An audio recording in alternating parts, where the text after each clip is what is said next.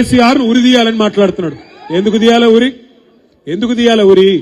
దశాబ్దాల కళ నీ కాంగ్రెస్ పార్టీ 1952 నుంచి తెలంగాణను పీడించి 56లో బలవంత పెళ్లి చేస్తే, ఇష్టం లేని ఆంధ్రకు తెలంగాణకు ఇష్టం లేని పెళ్లి చేస్తే, 68లో 370 మందిని చంపితే, 71వ సంవత్సరంలో 11 మంది పార్లమెంట్ సభ్యులను తెలంగాణ ప్రజలు గెలిపిస్తే కూడా వాళ్ళను ఆనాడు కూడా కొనుక్కుంటే, మళ్ళా 2004లో మాటిచ్చి 14 దాకా సావగొట్టి 1000 మంది ప్రాణాలు తీస్తే, వాటన్నిటికీ వ్యతిరేకంగా కొట్లాడి ఆఖరికి సావు నోట్లో తలబెట్టి తెలంగాణను తెచ్చినందుకు ఆ కేసీఆర్ కురేయాలి. ఎందుకు రేయాలి?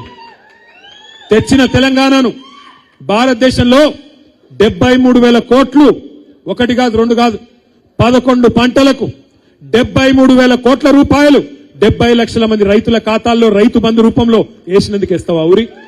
లేదా భారతదేశంలో కాదు ప్రపంచంలో ఎక్కడ లేని విధంగా ఒక రైతు చచ్చిపోతే 5 లక్షల రైతు బీమా ఇచ్చినందుకు ఇస్తావా ఊరి?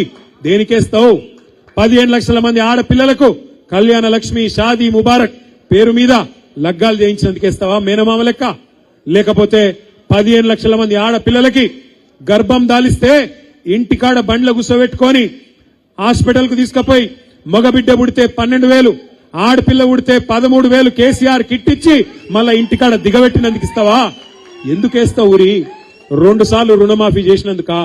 లేదా భారతదేశంలోనే మొత్తం వ్యవసాయ ఉత్పత్తుల్లో టాప్ లో పంజాబ్ ను, హర్యానాను వెనుకకు నెట్టేసి అగ్రభాగాన్ని నిలబెట్టినందుకు ఊరేస్తావా?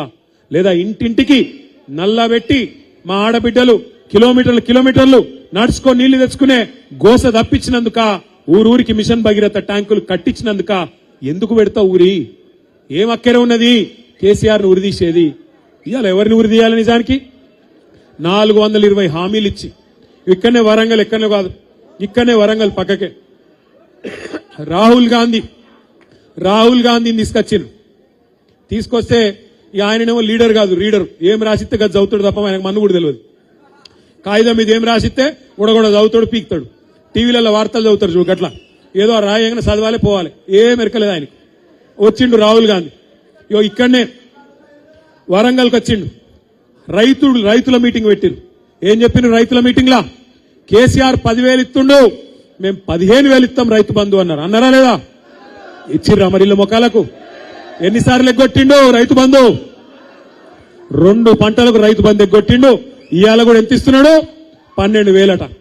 15,000 ఇస్తా అన్నాడు, 12,000 బోనస్ ఇస్తా అన్నాడు ప్రతి పంటకు. మొక్కజొన్న వేసినా, పత్తి వేసినా, వరి అయినా, ఏదైనా సోయా అయినా, దేనికైనా 500 బోనస్ అన్నాడు. వస్తుందా బోనస్? వస్తలేదా? కేసీఆర్ అసలుదారులకు ఇస్తున్నాడు, భూ యజమానులకు ఇస్తున్నాడు. నేను కౌలుదారులకు కూడా ఇస్తా, కౌలు రైతులకు కూడా ఇస్తా అన్నాడు. రైతు బంధు పడుతుందా కౌలుదారులకు? రైతులకే కాదు రైతు కూలీలకు ఇస్తా, నెలకు 1000 రూపాయలు ఇస్తా అన్నాడు.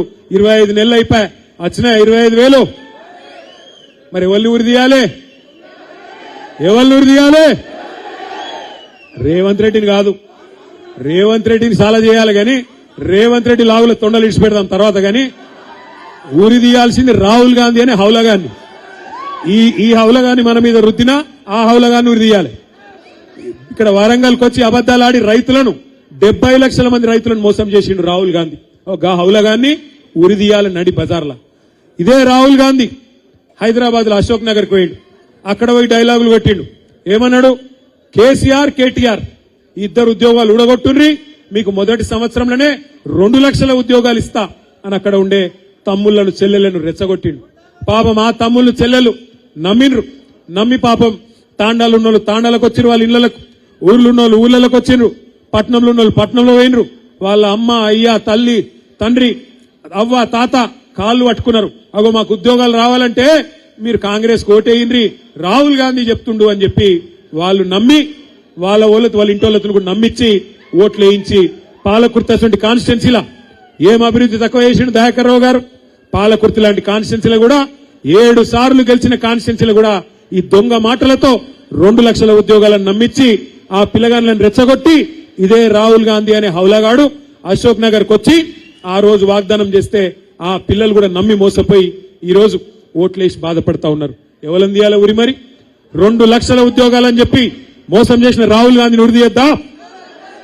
420 హామీలు ఇచ్చారు. మా ఆడబిడ్డలకు చెప్పిండ్రు, అత్తలకు 4000 ఇస్తాం, అత్తలకు